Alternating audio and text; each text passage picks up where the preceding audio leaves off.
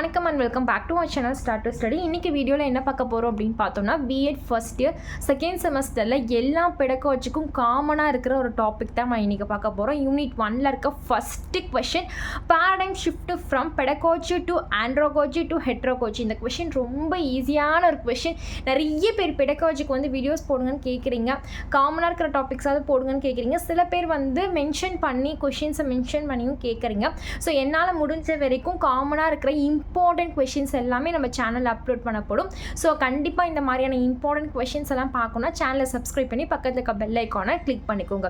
சரி, பேரடைம் அப்படின்னா என்ன? ஸோ இது வந்து இந்த கொஷினை நம்ம என்னெல்லாம் பார்க்க போகிறோம் அப்படின்னு பார்த்தோன்னா, பேரடைம் அப்படின்றது வந்து முன்னுதாரணம் அப்படின்னு சொல்லுவாங்க தமிழில்.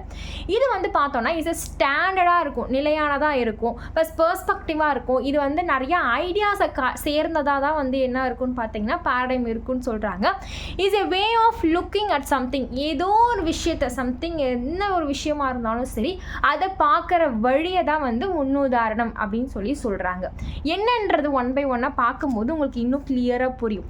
முன்னுதாரணம் அப்படின்னு எடுத்துக்கிட்டோன்னா நம்ம என்ன பண்ணுவோம், ஏதோ ஒரு ஸ்டார்டிங் பாயிண்ட்டை ஏதோ ஒரு விஷயத்தில் யாரோ புள்ளி வாரி வச்சுட்டு போயிருப்பாங்க.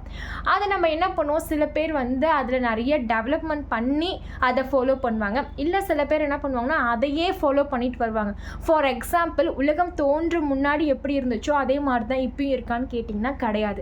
ஆனால் அதை ஒரு மாடலாக வச்சுட்டு தான் இப்போ அதெல்லாமே நம்ம டெவலப் பண்ணிட்டு வந்திருக்கோம். ஃபார் எக்ஸாம்பிள், ஃபயர் எடுத்துட்டோன்னா, ஆதி காலத்தில் வந்து என்ன பண்ணாங்கன்னா 2 ஸ்டோன்ஸை வச்சு தேய்ச்சாலே ஃபயர் வந்துடும் அப்படின்ற மாதிரியான கான்செப்டாக தான் அவங்க அதை செஞ்சாங்க. பட் இப்போ வந்து நம்ம ஃபயரை வந்து கையில் கூட பண்ணுற அளவுக்கு நமக்கு ஸ்டிக்ஸ் வந்துருச்சு. மேத் ஸ்டிக்ஸ்லாம் கையிலே நம்ம பண்ணுற அளவுக்கு என்ன ஆயிடுச்சுன்னு பார்த்தீங்கன்னா டெவலப்மெண்ட் வந்துருச்சு.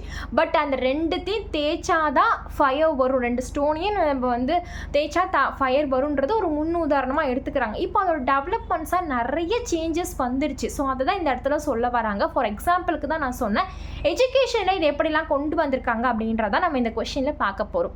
பேரடைம் ஷிஃப்ட் அப்படின்றது என்னென்னு பார்த்தோன்னா, முன்னுதாரண மாற்றம் அப்படின்னு சொல்லலாம். முன்னாடி எப்படி இருந்ததோ அதையே இப்போ வரைக்கும் யாருமே எந்த விஷயத்துலையும் ஃபாலோ பண்ணுறதே கிடையாது. நம்மளே வந்து ஒரு நாளைக்கு ஒரு சேஞ்சஸ் பண்ணிகிட்டு இருக்கோம். நிமிஷத்துக்கு ஒரு சேஞ்சஸ் வந்து நம்மளோட வேர்ல்டில் நடந்துக்கிட்டே இருக்குது. நிமிஷத்துக்கு ஒரு டிசைன் வருது, நிமிஷத்துக்கு ஒரு விஷயம் நடக்குது.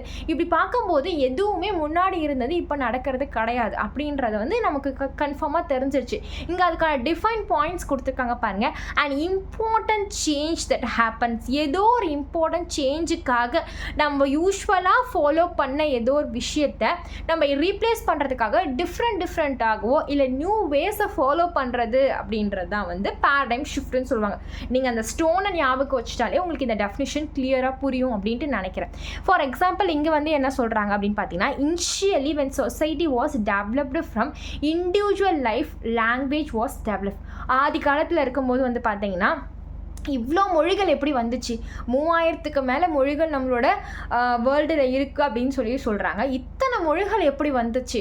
ஆதியில் இருக்கும்போது 2 மனுஷங்க தான் இருந்தாங்க அப்படின்னு சொல்கிறாங்க. அந்த 2 மனுஷங்களுக்குள்ளேயே 3000 லாங்குவேஜ் இருந்திருக்கும் அப்படின்னா இல்லை. ஸோ அவங்க ஒரு லாங்குவேஜ் பேசியிருப்பாங்க. அவங்களோட சந்ததிகள் வளர வளர வளர நிறைய டெவலப்மெண்ட்ஸ் ஆகிருக்கும், நிறைய லாங்குவேஜ் டெவலப் ஆகிருக்கும். ஸோ இந்த மாதிரி தான் இண்டிவிஜுவலாக இருக்கும்போது அவங்களுக்குன்னு ஒரு லைஃப் ஸ்டைல் வச்சுருக்காங்க, அவங்களுக்குன்னு ஒரு லாங்குவேஜ் வச்சுருக்காங்க.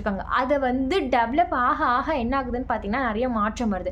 இப்போ நம்மளே எடுத்துக்கோங்க, நம்ம அப்பா அம்மா ஒரு லைஃப் ஸ்டைலில் வாழ்ந்துட்டு இருப்பாங்க, நம்ம அடுத்த ஜென்ரேஷன் தான், ஆனால் அதை கூட நம்மளால் ஃபாலோ பண்ண முடியல. நம்ம லைஃப் ஸ்டைலில் அதை விட சேஞ்சஸாக இருக்குது. ஸோ அந்த மாதிரி தான் இங்கே டெவலப் ஆகுது. ஃபஸ்ட்டு வந்து ஓரல் லாங்குவேஜாக பிகினிங்கில் இருந்துட்டு இருந்துச்சு.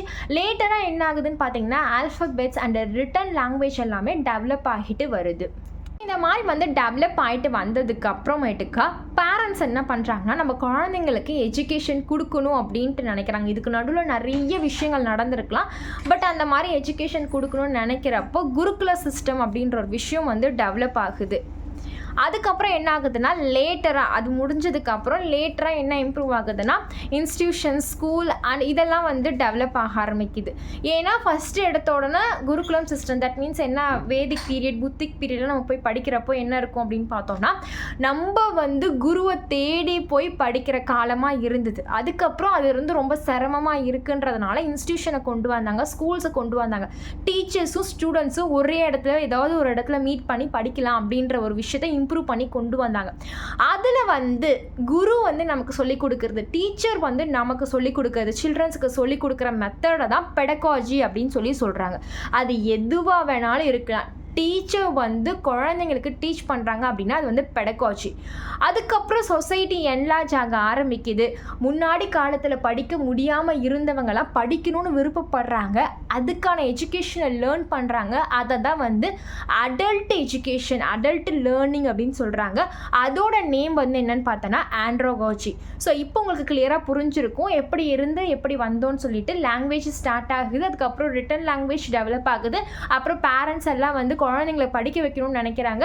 குருகுல சிஸ்டம் ஸ்டார்ட் ஆகுது, அதுக்கப்புறம் ஸ்கூல்ஸ் அண்ட் இன்ஸ்டியூஷனில் சேர்த்து படிக்க வைக்கணும்னு நினைக்கிறாங்க. அதுக்கப்புறம் அதை வந்து பெடகாஜியாக வந்து கொண்டு வந்தாங்க. அதுக்கு அடுத்தது வந்து அடல்ட், முன்னாடி காலத்தில் படிக்காதவங்களாம் படிக்கணும்னு விருப்பப்படுற எஜுகேஷனை ஆண்ட்ரோகாஜி அப்படின்னு சொல்கிறாங்க. நெக்ஸ்ட்டு அதுக்கப்புறமும் நம்மளோட வேர்ல்டு வந்து இன்னும் சேஞ்சஸ் ஆகுது. என்ன சேஞ்சஸ் ஆகுதுன்னா செல்ஃப் டிட்டர்மைன்டு லேர்னிங். எனக்கு தேவையானதை நான் படிச்சுக்கிறேன், தேவையான நேரத்தில் படிச்சுக்கிறேன், தேவையான அப்போ படிச்சிருக்கிறேன் அப்படின்னு வரும்போது அது வந்து ஹெட்ரோகாஜி அப்படின்னு சொல்கிறாங்க. இப்படி தான் நம்மளோட சொசைட்டி ஃபாஸ்டராக டெவலப் ஆகிட்டு வந்திருக்கு. இப்போ உங்களுக்கு புரிஞ்சிருக்கும் அந்த உதாரண மாற்றம் வந்து எப்படி பெடகாஜிலேருந்து ஆண்ட்ரோகாஜியாக மாறிச்சு, ஆண்ட்ரோகாஜிலேருந்து எப்படி ஹெட்ரோகாஜியாக மாறிச்சுன்ற அந்த ஷிஃப்ட் வந்து உங்களுக்கு கிளியராக புரிஞ்சிருக்கும்னு நினைக்கிறேன். ஷார்ட் கான்செப்ட் என்னன்றதை மூணுத்துக்கும் சேர்த்து பார்த்துடலாம். First வந்து pedagogy is a term that refers to the method of how teachers teach children in theory and practice.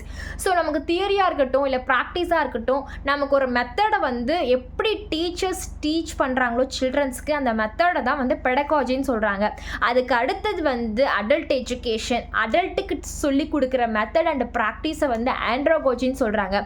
அதுக்கு அடுத்த மெத்தட் வந்து ஹெட்ரோகாஜி, அதில் வந்து செல்ஃப் டிட்டர்மைன்ட் லேர்னிங்கை தான் மென்ஷன் பண்ணுறாங்க. இது வந்து ஸ்டூடெண்ட் சென்டர்ட் இன்ஸ்ட்ரக்ஷன். எனக்கு பிடிக்குது, எனக்கு தேவை, நான் படித்து அந்த விஷயத்தை தெரிஞ்சுக்கணும்னு நினைக்கிறேன், இது எனக்கு தேவையான வளர்ச்சிக்கு முக்கியமாக தேவைப்படுது அப்படின்னு வரும்போது வந்து ஹெட்ரோகாஜியாக மாறுது. ஸோ இந்த டாப்பிக்லாம் உங்களுக்கு கிளியராக புரிஞ்சிருக்கும்னு நினைக்கிறேன். இது வந்து ரொம்ப ஈஸியான ஒரு கொஷின். நீங்கள் வந்து நான் சொன்ன எக்ஸாம்பிள்ஸோடு கம்பேர் பண்ணும்போது, நம்ம லைஃப் ஸ்டைல்ஸோடு கம்பேர் பண்ணும்போது இந்த கொஷின் ரொம்ப ஈஸியாக இருக்கும். இந்த கொஷின் உங்களுக்கு பிடிச்சிருந்துச்சு, புரிஞ்சிருந்துச்சுன்னா உங்கள் ஃப்ரெண்ட்ஸ்க்கு ஷேர் பண்ணி பார்க்க சொல்லுங்கள். மறக்காமல் லைக் பண்ணுங்கள். இந்த மாதிரி நிறைய டாபிக்ஸ் வந்து நம்மளோட சேனலில் வரப்போகுது. ஸோ இந்த மாதிரியான டாபிக்ஸ் ஈஸியாக தெரிஞ்சுக்கணும், படிக்கணும் அப்படின்னு உங்களுக்கு இன்ட்ரெஸ்ட் இருந்துச்சுன்னா மறக்காமல் நம்ம சேனலை சப்ஸ்கிரைப் பண்ணி பக்கத்தில் இருக்க பெல் ஐக்கானை கிளிக் பண்ணிக்கோங்க. அதே மாதிரி செகண்ட் செமஸ்டரில் பெடகாஜியை தவிர மிச்சம் இருக்கிற 4 காமன் சப்ஜெக்ட்டுக்குமே நம்மளோட சேனலில் நோட்ஸ் அவைலபிளாக இருக்குது. இப்போது ஸ்க்ரீனில் தெரிகிற உங்களுக்கு டீட்டெயில்ஸ் வந்து தெரிஞ்சிருக்கும்னு நினைக்கிறேன். எந்தெந்த சப்ஜெக்ட்டுக்கு என்ன அமௌண்ட்டு, உங்களுக்கு இது ஓகேவாக இருந்துச்சு அப்படின்னா மறக்காமல் அந்த வாட்ஸ்அப் நம்பருக்கு வாட்ஸ்அப் பண்ணுங்கள். உங்களுக்கு டீட்டெயில்ஸ், ஃபுல் டீட்டெயில்ஸுமே அதில் கொடுக்கப்படும். நோட்ஸ் என்னென்ன மாதிரியான விஷயங்களில் இருக்குன்னே ஒரு வீடியோ போட்டிருக்கேன். டிஸ்கிரிப்ஷனில் பிளேலிஸ்ட் லிங்க் கொடுக்குறேன், செக் பண்ணி பார்த்துக்கோங்க. தேங்க்ஸ் ஃபார் வாட்சிங் எ வீடியோ.